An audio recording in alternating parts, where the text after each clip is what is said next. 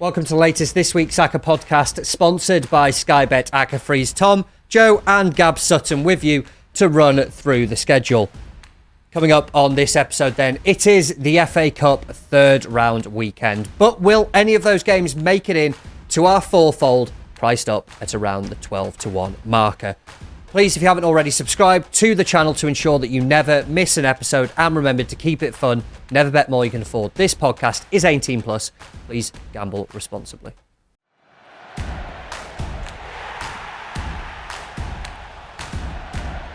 So I'll give a quick mention to last week because we have to. It looked very good in the first half. We were on for it. I think the biggest price one we probably had of the season at 33-1. Inevitably, of course, because as we said last week, if you need a win and your team's in awful form, let us know. We'll include them in the podcast because it will turn them around. And this time it was Port Vale. So there we go. Genuinely, this didn't happen in the end. This pod this season, and I was saying it to Jimmy the other day, do you know what, you get that feeling as a football supporter sometimes where you are playing a team into form, that you're playing the team that's lost 10 matches in a row and you're like, oh God, I hope we're not playing them. And I definitely hope we're not playing them on TV because we just know that we're going to lose. There's been, I'm talking like 10 times this season where team hasn't won away from home in 10 years. Yeah. Wins 3-0 against us in the Acca. Team has had like 5 4-0 defeats out of the last 4 matches. Player hasn't scored for 3 years, scores twice in the first 5 minutes against us. So I'm starting to believe this Ian Holloway somewhere is cursed type thing, and that maybe we do need to move locations after this week if we don't win. We'll get a new studio built. Maybe this is the demons that we're banishing. It is a maybe tricky weekend because we've got a little bit of League One, a little bit of League Two. It is, of course, FA Cup third round weekend. Gab, you must be a fan of the FA Cup, and particularly this stage. I love the romance of the FA Cup and how it gives lower league clubs an opportunity to test themselves against the best and crucially get some much needed revenue. I mean, I'm sure we could do a long podcast, couldn't we, about the distribution of wealth in English football, possibly a bit. You need Kieran Maguire for that. Different need Kieran Maguire, yeah. Marxist. But yeah, I think it's going to be a great spectacle. Communist Gabberfesto, does that work? No. I can put on a Russian accent, it's no problem.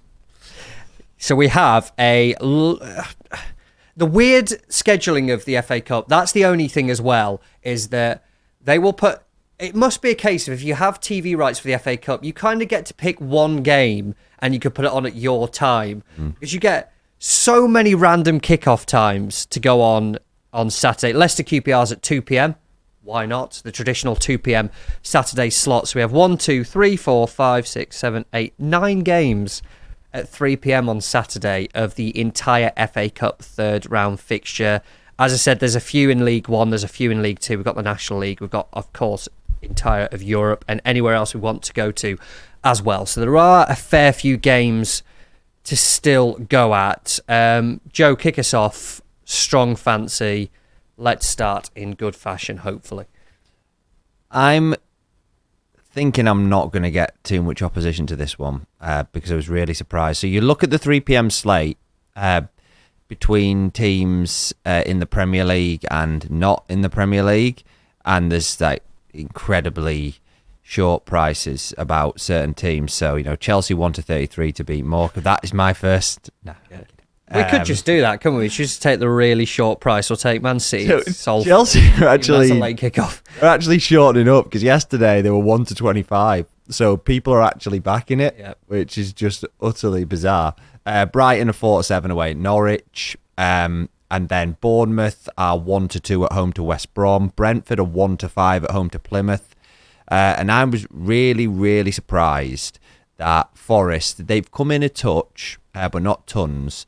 Were 4-9 last night, now into around about like generally 2-5 at home to Luton.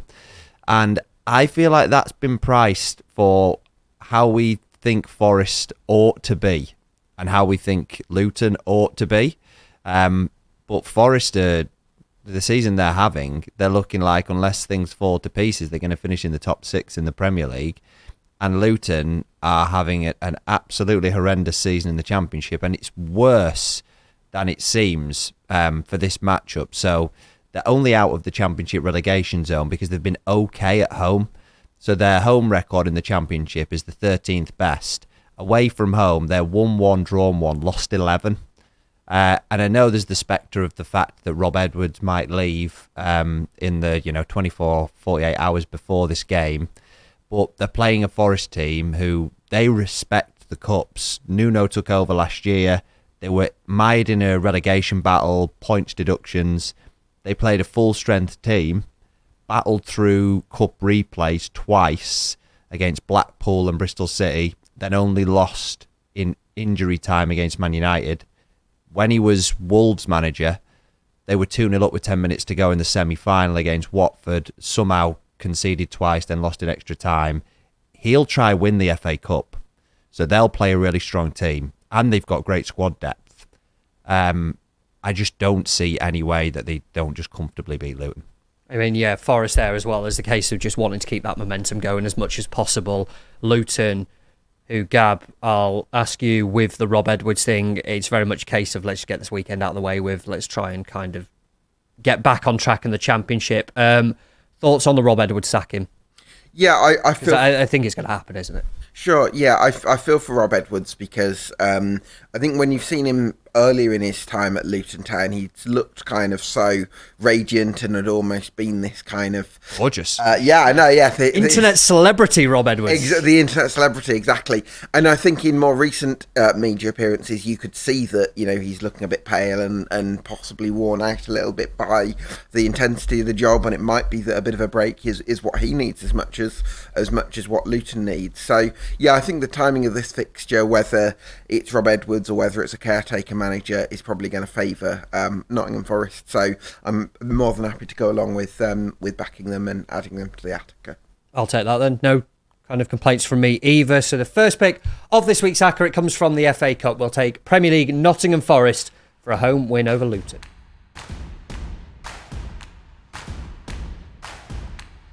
We've got one pick then for this week's Acca from the FA Cup. Gab, where are you looking? I'm looking at the county ground where I think Crewe Alexandra at 7-5 is a fantastic price for the away win. I think it's a bit of a chunky price to add to the Acca, but what I really like about Crewe at the midfield, at the moment, is the midfield, because they've got Jack Powell, who's a real controller, conductor at the base. They've got players like Maciej Holacek, who's manipulates the ball very well in the final third, and then Max Sanders, who's a very strong runner and a sound technician in his own right. So somebody like Joel Tabner, who was a key player for Crewe last season, is actually on the bench at the moment. So that shows they've got a bit of depth. They've got it at centre half as well. Omar Bogle up top scored a couple of goals in that 4-1 victory over Bromley, and they're going to a Swindon side that did manage to beat Grimsby 3-1 recently and have found a little bit of form. But I still think Crewe at 7-5 is a huge price.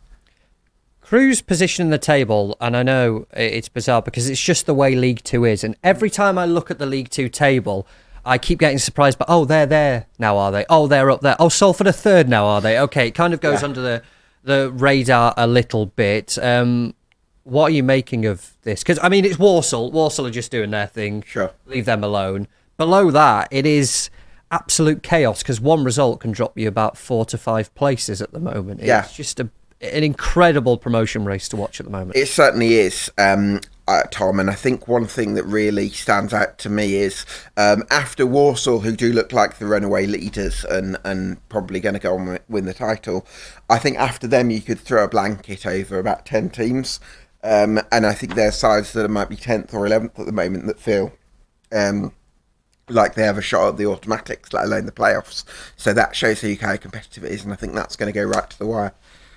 Thoughts on this pick, Joe? Because Swindon have picked up at home, particularly under Holloway, but Crewe ultimately are in an automatic promotion race, and at the price, it does give a lot of flexibility then of what else we can do. Yeah, I glanced at this a bit when I was looking at it yesterday, and Swindon have picked up a lot. I mean, it's a lot. It's not just a little bit, because they were coming from such a low base, and I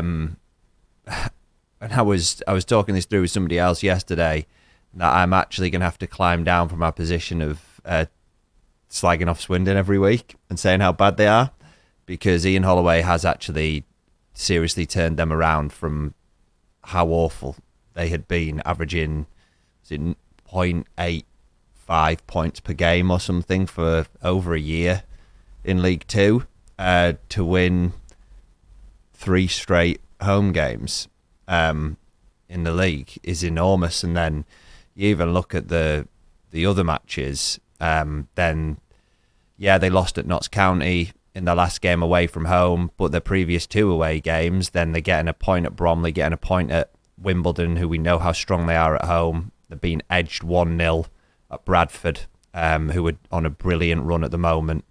So it's a superb run of form that they're on, going back to the start of December.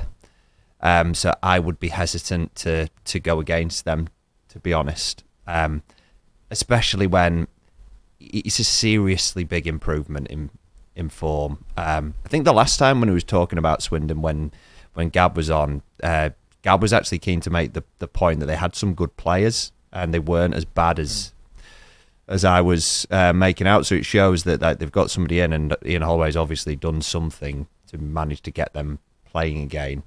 Because it looks like they're probably going to pull away from. I know you've said some teams there, but then looking at it, I would make the point on Crewe that yes, while they're at home, Carlisle had picked up a little bit. I know from a low base, but in terms of picking up points, they were drawing quite a lot of games, but then went to Crewe and lost. Bromley were on a very, very good run of form, a very kind of long-ish unbeaten run as well. They've turned up at Crewe and been hammered 4-1. So while Swindon have been picking up some good points against some decent sides, in terms of playing those towards the top, you look at that run that Swindon have been on, and yes, while they were away games, Bradford just outside the promotion picture, Notts County now well into the promotion picture as well.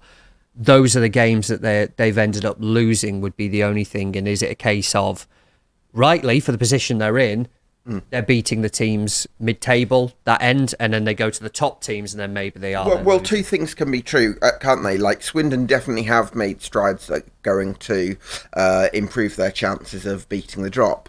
At the same time, they're probably in a different position to Crewe Alexandra, who reached the playoffs last season. They're right up there again this year and have established a real synergy under Lee Bell, something that Ian Holloway can't have done by this stage because it's still very early in his Swindon Town career. So I would still, even though Swindon Town have picked up their form, I would still say we're looking at 2 teams in different places, and 7-5 doesn't quite reflect that for me.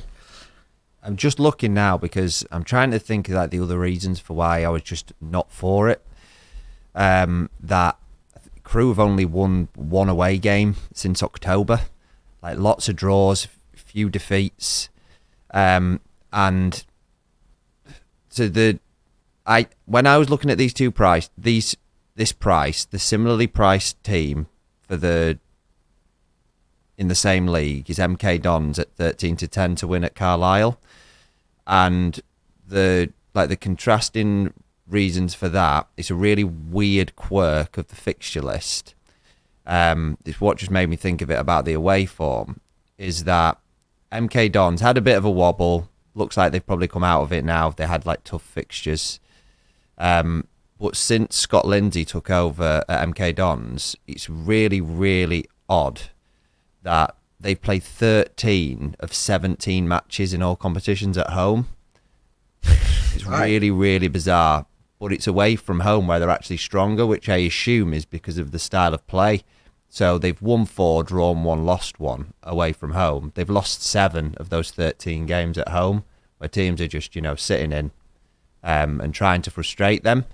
Even the games that they lost in that little wobble, it was Notts County, Crewe, Chesterfield, who they beat, Salford. So good teams. Personally, against a Carlisle team who they just really haven't shown anything under Mike Williamson. 1 win in 11 home games since he took over. That's what I would feel more confident at the same price. My big asterisk is MK Dons again. It feels like every time we have them in here they lose, but then you can say that about every team.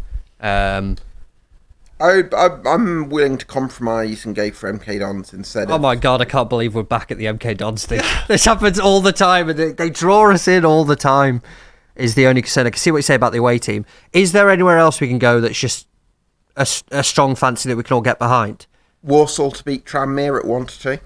Are they an early kickoffs, the only thing? Oh, yeah. Yes, so we might have to avoid that. You know what have you got, Tom? So, I was going to say, why? If we What about hold these back for later? Okay. And I just want to check what I said about the Crewe away wins in case it is, yeah. So they won at Grimsby on the 14th of December, and then they haven't won another away game apart from the 22nd of October. And then again, you have to go all the way back to the 14th of September. So they obviously started well away from home. So they'll look okay in the away table. But since the 14th of September, they've only won 2 away games. They're just drawing all their away games.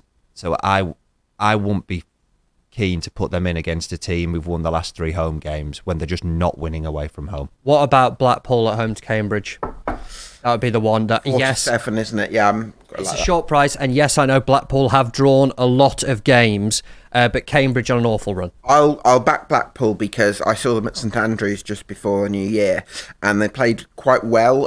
Possibly the better, certainly deserved their point against a top side in the league. And what I liked about them was that they didn't come with this low block. They got their line of engagement right. Albie Morgan, I thought, put in an excellent performance in midfield. They've got Rob Apter on the right wing, who's a really good ball carrier. So yeah, I'm happy to get behind Blackpool. I think at 4-7, that's a good price. Play Cambridge side as well. Lost their last 5.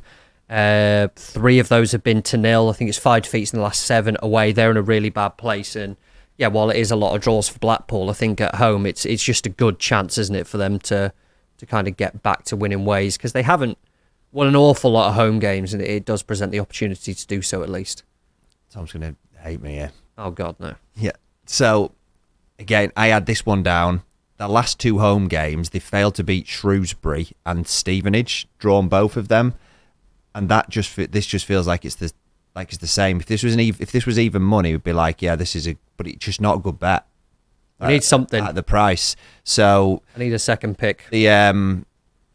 The Gab and I he brought it up in the lift on the way down, that Barnsley 3-4 to win at Northampton. That's a better bet than Blackpool. But Blackpool have home advantage, whereas Barnsley this is the thing. You even said it yourself. Barnsley's away form. So I've even got it down here. We flipped this round and it was a home fixture. Barnsley 3-4 to beat Northampton for a traditional home fixture. We wouldn't even think twice about it. But this is for 3 years now. Barnsley's away form completely outstrips their home form. So they've won 4 games in a row. They hadn't won more than 2 games in a row up until this all season. And their away form is superior to their home form for 3 seasons. So you almost have to think about this more like Barnsley are the home team against Northampton. And we would be like, the 3-4 makes sense. I had down the small note because Kevin Nolan's tightened them up a bit. They've not conceded that many goals. But it's been Shrewsbury, Burton, Stevenage they've played. The 4 games before that, they conceded 15 goals against Reading, Charlton, Peterborough, Rotherham. So they've had a real shift between playing good teams to playing rubbish teams. With Barnsley's recent form as well, 4 straight wins, I'm willing to get behind. And it's 8 of 12 away. I've just had a quick look in terms of wins. I can absolutely get on board with this. This was one, I'm not just saying that I'm going, oh my God, I should make a second pick, but it was a team I had down, and I usually just leave the Barnsley chat to you, because you know better. I mean, There's no point in me saying it, is there? Like, I hate putting Barnsley up. This was in last year, actually, in a win in Acca, so maybe that's a good omen for us to... Did we have Forest to beat Luton at some point? The same weekend, that could have been it. Yeah, maybe. Last year's was horrible because they were 2-0 up. John Russell scored an own goal playing as an emergency centre-half when they'd run out of subs with 10 men, and then they were clinging on in like 8 minutes of stoppage time, but got over the line. We'll take a 3-0 this time. Let's hope so. I'm happy with Barnsley? Yeah. Right, let's take that then. Second pick of this week's Acca, joining Nottingham Forest to beat Luton in the FA Cup. It comes from Sky Bet League One. It's Barnsley for an away win at Northampton.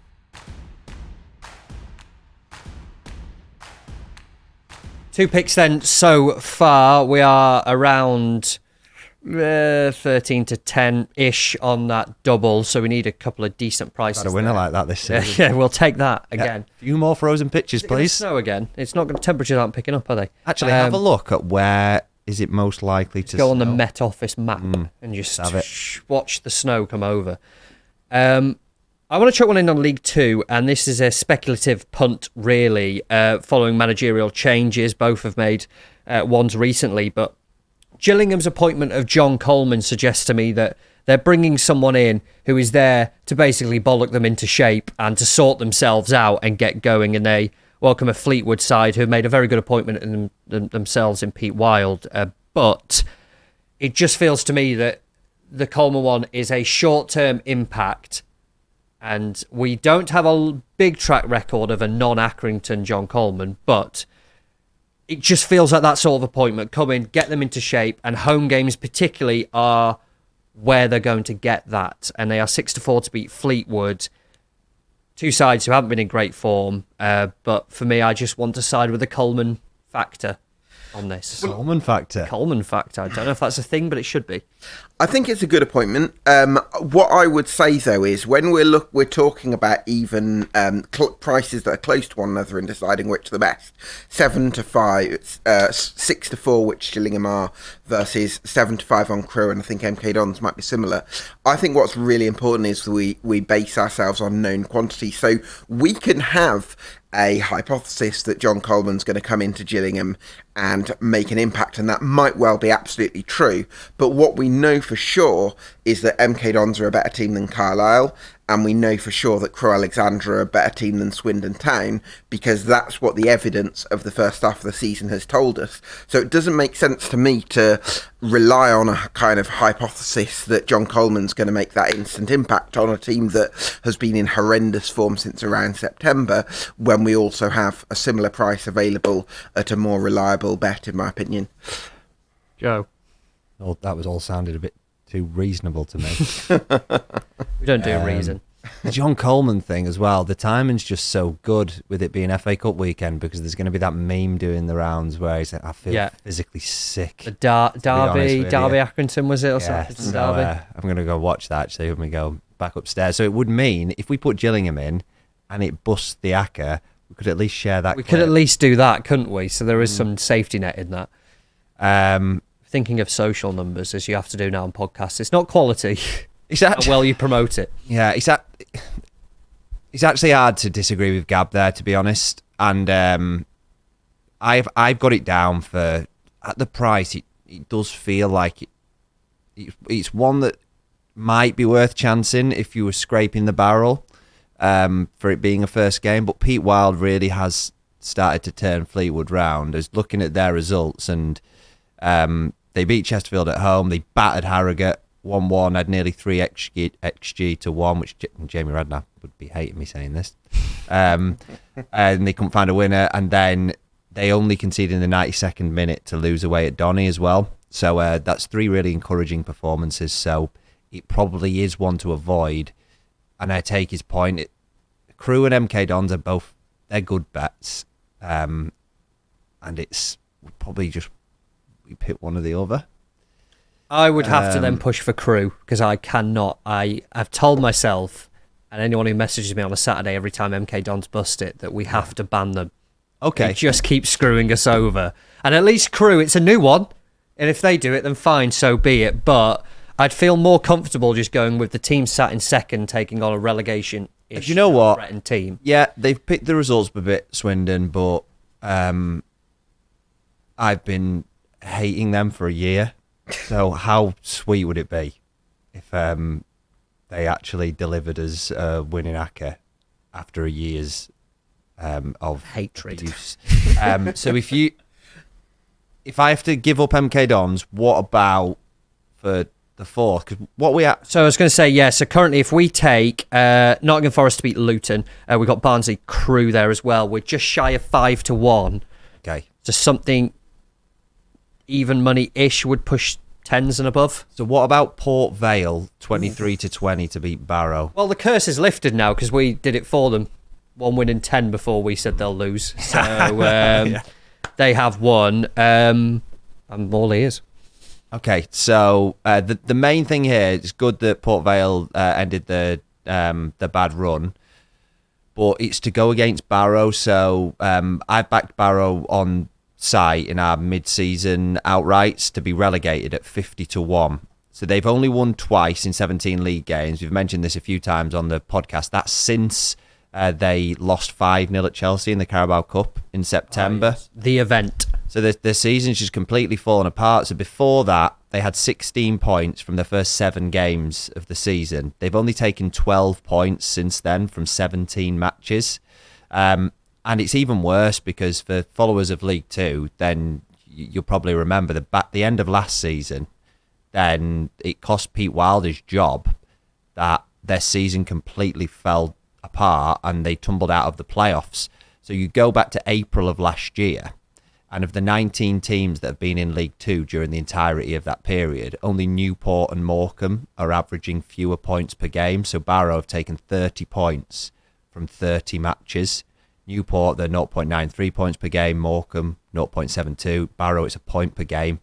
And their away form is even worse than all of this. So this season, they've lost 7 of 12 away games. In 2024, they've taken 14 points from 23 away matches. So they are awful, but they are even more awful away from home for a year. So anybody that is odds against to beat Barrow away from home, unless they themselves are terrible at football, should be backed, really. 6 goals in 12 games, say they're on the away form. And when I think Darren Moore's Port Vale, I think some element of defensive solidity, I think it would be fair to say. And when you've got an attack like that who isn't firing, and particularly on the road, it's a problem. Well, what I like about Port Vale as well is that they've got a really strong squad depth. So it's not like they've got too many star players where you'd say they've got it like Warsaw with Nathan Lowe. He's like, you've got to keep hold of them. I think they've got, you know, they've been without George Byers, for instance, at times this season. He's coming back to fitness. So I think they've got a really good squad. I think they've been able to use that well in terms of the bench. So that's another thing. If the game's level at half-time, Darren Moore has got a lot more options in reserve than maybe Stephen Clements will have for Barrow. So I think to get Port Vale at 21-20, I think is a really big price, especially off the back of their victory at Doncaster as well last week. One of the biggest surprises here, because like Tom said, they're fabulous defensively, Port Vale. Then I sent this over to Jake Osgathorpe yesterday after I'd done the mid-season outright, and he's saying, this feels like it could be a 0-0, because Port Vale do have a few 0-0s, very good defensively. Barrow haven't had a 0-0 this season in the league. So their ability to actually keep clean sheets has gone out of the window as well. So they're not scoring any goals, but now they just can't keep clean sheets either. So Port Vale score, and like Tom says, Barrow can't score, probably all over. So, yeah, there might be a small risk of a 0-0, but it feels highly unlikely. Their only 0-0 was when they managed to scrape one at home to Derby to get their League Cup tie against Chelsea, which they probably wish they'd never had now. Yeah. So it really does feel like it's overpriced. I think we've got our Acca then, by the sounds of it. The 4 picks that we have for this week's Acca, we've got one from the FA Cup, that is Nottingham Forest to beat Luton, and then into Sky Bet League 1, Barnsley to beat Northampton, and then into League 2, it's Crewe for an away win at Swindon, and as we heard there, Port Vale to beat Barrow at a price of just shy of 12-1. Looks decent. Again, I say that every week, but it definitely does look decent on paper, and I do like it. Remember to keep it fun, never bet more than you can afford, and please gamble responsibly. Head over to sportinglife.com/football midday on Friday. You'll be able to find the link to back that at an enhanced price, and if you haven't already, please follow and rate us on Apple Podcasts, Spotify, or your chosen podcast provider. We will be back next week.